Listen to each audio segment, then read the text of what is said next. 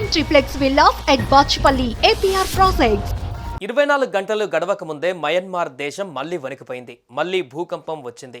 Richter స్కేల్పై తీవ్రత 5.1గా నమోదైంది. ఆదివారం మధ్యాహ్నం వచ్చిన భూకంపం తీవ్రతను మయన్మార్ దేశంలో 5.1 తీవ్రతగా నమోదు చేస్తే ఆ పక్కనే ఉన్న థాయిలాండ్ దేశం మాత్రం దాని తీవ్రతను 5.9గా చెబుతోంది. ఈ భూకంపం ప్రకంపనలు థాయిలాండ్ దేశాన్ని తాకాయి.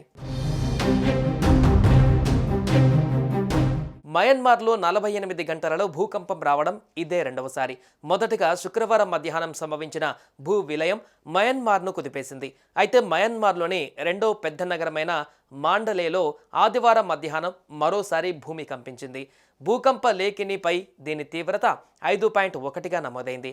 7.7 తీవ్రతతో శుక్రవారం సంభవించిన తొలి భూకంపం ధాటికే విలవిల్లాడిన నగరంలో ప్రజలు కంటి మీద కునుకు లేకుండా గడుపుతుండగా మళ్లీ ప్రకంపనలు చోటు చేసుకుంటున్నాయి. పెద్ద ఎత్తున భవనాలు, మౌలిక సదుపాయాలు దెబ్బతింటున్నాయి. భూ ఉపరితలానికి 10 కిలోమీటర్ల లోతులోనే భూకంప కేంద్రాలు ఉన్నాయని అమెరికా జియోలాజికల్ సర్వే సంస్థ వెల్లడించింది.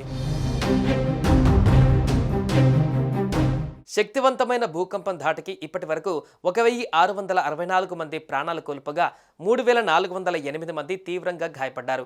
భవనాల కింద చిక్కుకున్న పలువురి ఆచూకీ ఇంకా లభ్యం కాలేదు.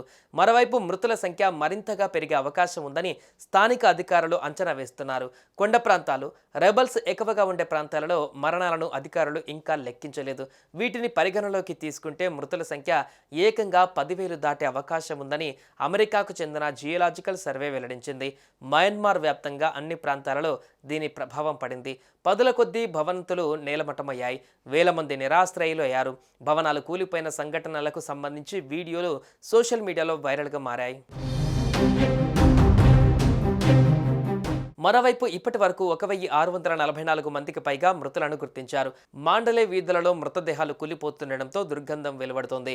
మండు టెండలో ఉత్త చేతులతో చిన్న పారలతో శిథిలాలను తొలగిస్తూ ఎవరైనా ప్రాణాలతో ఉన్నారేమో తెలుసుకునేందుకు ప్రజలు ప్రయత్నిస్తున్నారు. సమయం గడిచిపోతున్న కొద్దీ అవకాశాలు సన్నగిల్లిపోతున్నాయి. మరోవైపు భూకంపం వల్ల థాయిలాండ్ రాజధాని బ్యాంకాక్లో నిర్మాణ భవనము కుప్పకూలిన ఘటనలో చిక్కుకున్న వారిని బయటకు తీసేందుకు రెస్క్యూ కొనసాగుతుంది. కానీ వారి ప్రాణాలతో ఉండే అవకాశాలు చాలా తక్కువని బ్యాంకాక్ పోలీసులు తెలిపారు. ఇప్పటి వరకు శిథిలాల నుంచి బయటకు తీసిన వారిలో ఎవరూ ప్రాణాలతో లేరని చెప్పారు. పూర్తిగా తొలగించేందుకు కనీసం 2 నెలల సమయం పడుతుందని వెల్లడించారు. ఇక థాయిలాండ్లో ఇప్పటి వరకు 17 మంది చనిపోగా మరో 32 మంది గాయాల పాలయ్యారు. కానీ నిర్మాణంలో ఉన్న భవనం కూలిన ఘటనకు సంబంధించి అక్కడ పనిచేస్తున్న 83 మంది ఆచూకీ గల్లంతైంది.